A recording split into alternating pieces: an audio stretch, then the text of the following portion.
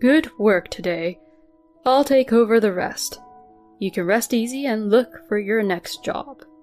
I didn't know what he meant. I was confused.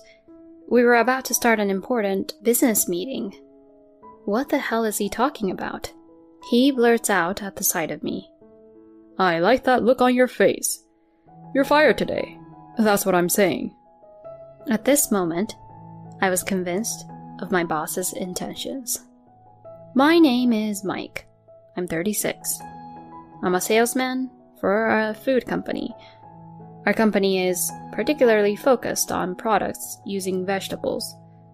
We grow tomatoes and sweet potatoes in the company. Recently, thanks to my efforts, I was offered a business meeting with a big company. I bowed down to them over and over again, and my enthusiasm was well received. "Mike, you're amazing, huh? They are from that famous confectionery company, aren't they?" The section chief and his colleagues kept saying to me. They told me to keep up the good work. I was even more motivated. I wonder if a half-breed like Mike can really get a contract.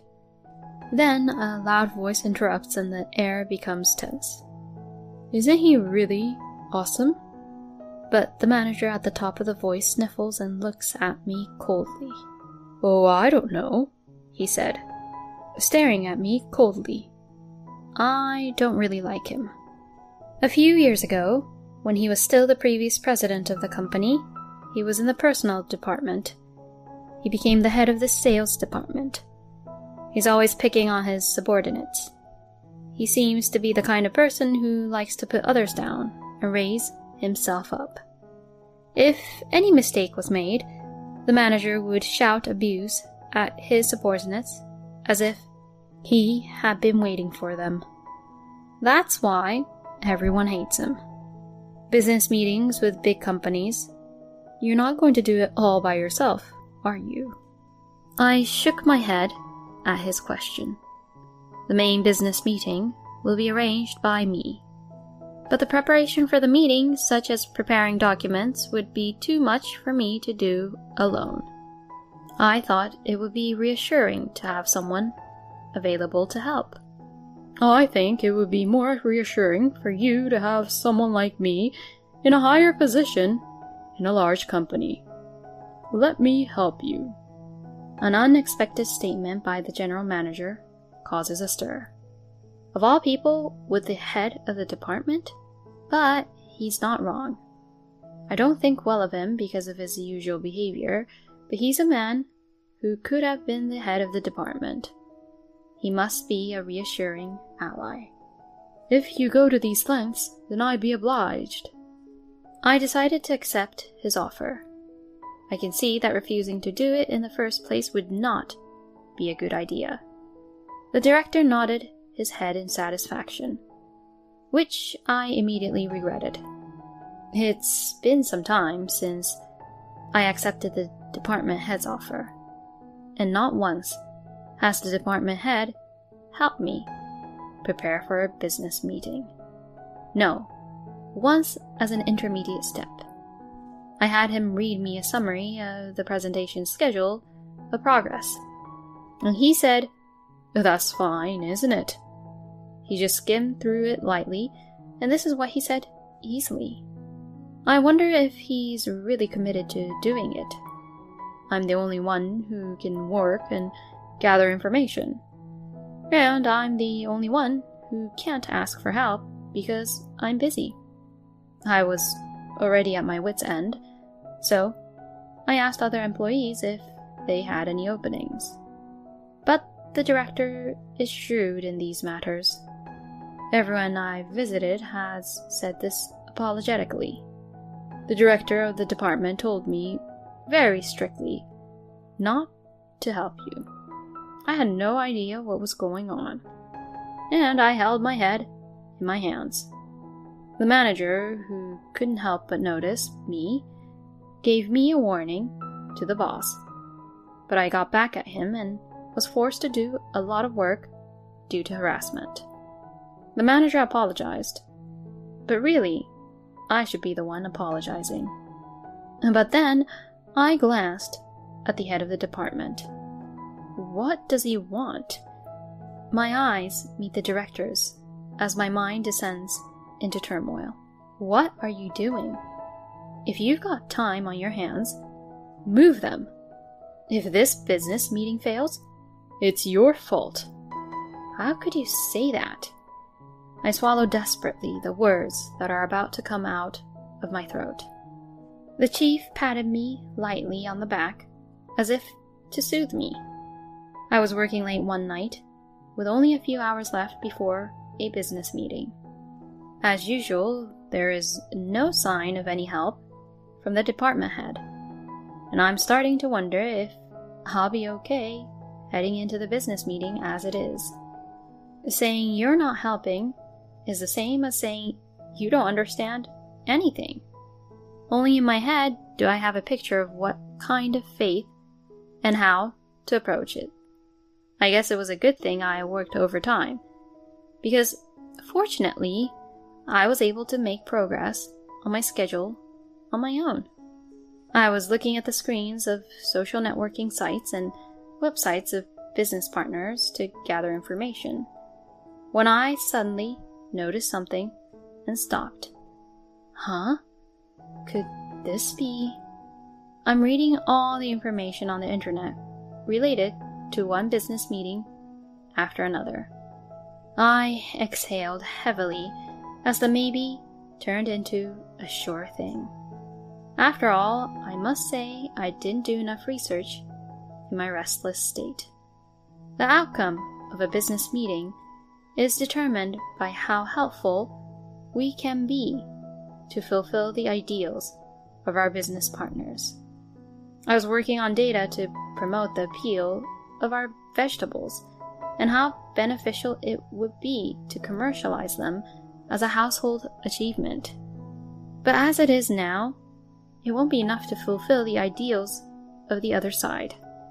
We're almost there, but there's still time. I told myself it was a good thing I'd noticed. It's a change from the original plan, but it can't be helped. I blackmailed myself into thinking I was almost there. A few days later, the day of the business meeting arrived. I nervously head to my business partner with the general manager. The director ended up only looking over the material once in the beginning.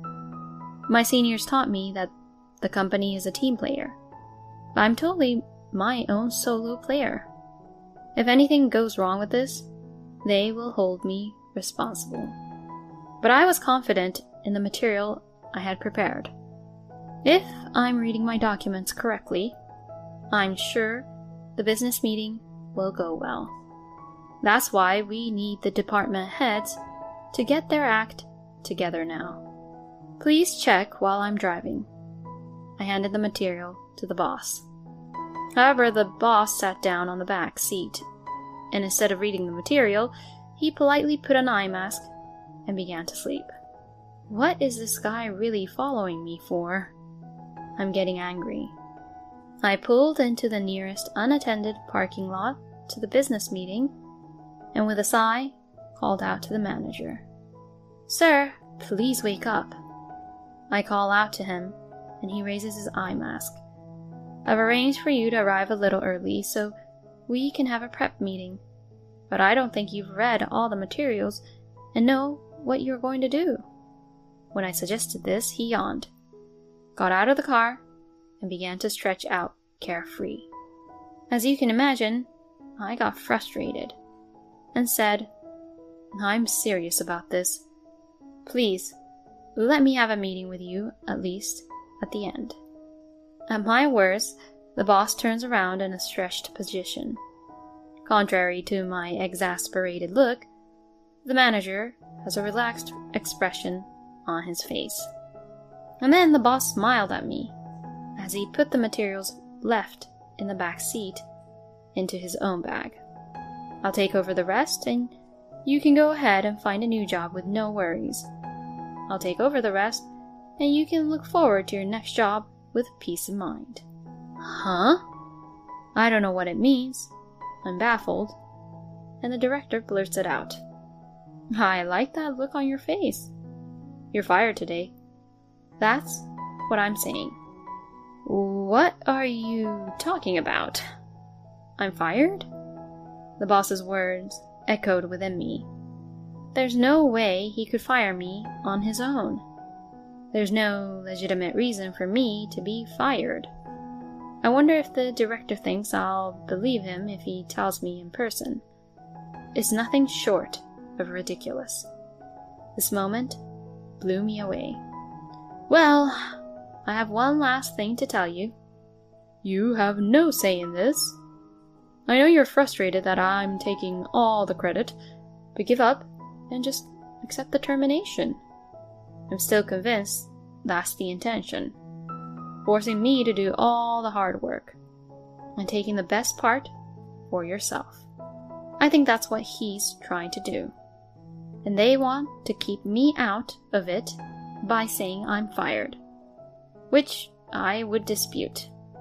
Well, we all know that there is no justification for that termination. Well, that's just the way it is then. I was inwardly chuckling at the head of the department, who stopped me without a pause. The boss snatches from me a bag containing materials and other documents to be distributed to those promoted. I silently watched the back of the boss as he walked away in high spirits. I guess it's time to start the business meeting.